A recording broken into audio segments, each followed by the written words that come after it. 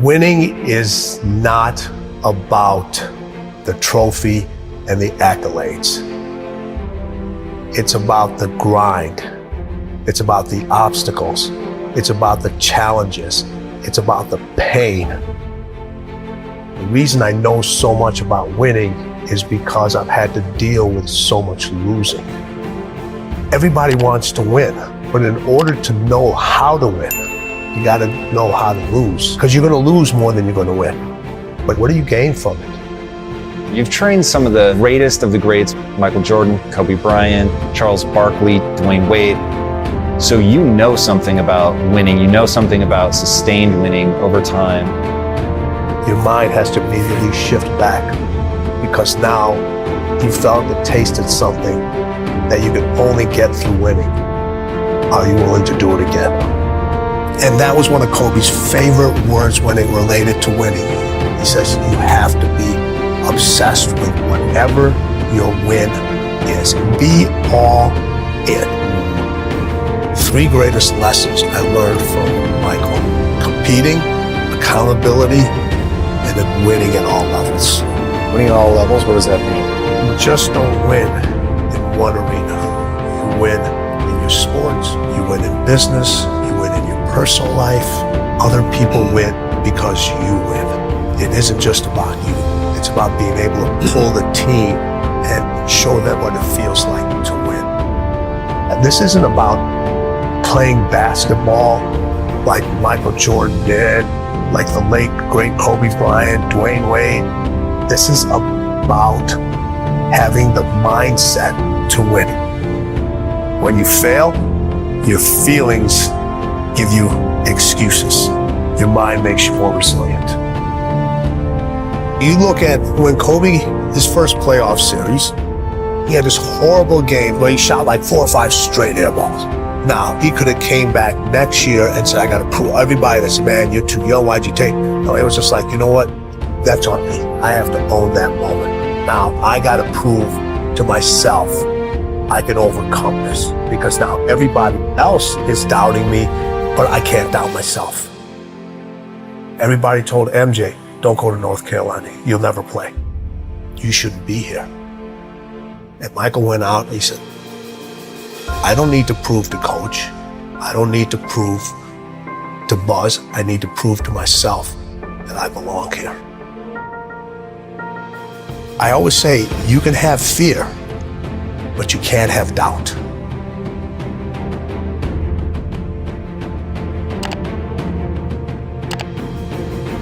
When I was working with my professional athletes, it required me to do a lot of traveling. And this story gets me every time. So when people say, it didn't hurt, it still hurts. I was packing for a trip. My daughter walks into the room. She says, Dad, why do you travel so much? I said, sweetheart, this is how I provide for the family. This is how I take care of you and Mom. This is how I put food on the table. She looks at me, says, Daddy, if I eat less, will you stay home more? Now people would think in a fairy tale, or most people would say, I unpacked my suitcase, I'm not gonna take this trip, I mean, let's go grab some ice cream or let's go out. I kept packing. Why? I had to set an example for her early of what it meant to win and what you have to leave behind sometimes in order to pursue what's unique to you. And I wanted her to understand this is who I am. And I want to set an example for you.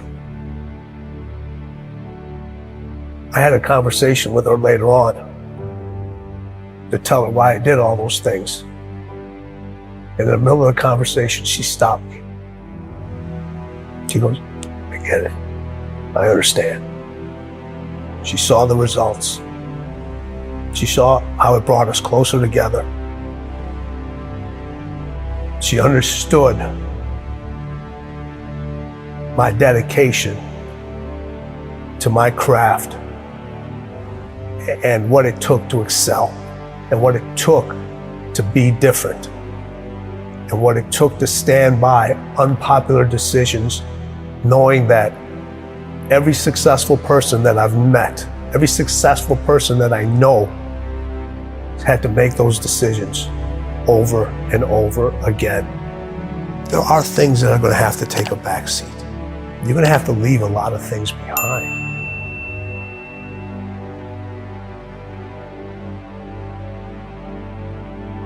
The hardest thing with Kobe was getting him to stop. Yeah, okay, take a break, rest, Yes, take the day off. that was the most challenging thing with him, because over all the years that he had his success, it was about go, go, go. And then when I came on, I was the complete opposite. I got to get you to stop. His 3 a.m. workouts, they're Crazy. crazy. You know, having to keep the Staples Center open later because he wasn't happy the way he performed at that game. And I would not leave till he would leave. Really? Yeah, so we would be in the arena sometimes 2, 3 o'clock in the morning. Shut up. All the lights are turned off except on the court, and we just keep going, What is the mindset of winning? They both had that. So I look at it 3 ways. So you have individuals that compete. You know a lot of people that compete. Yeah.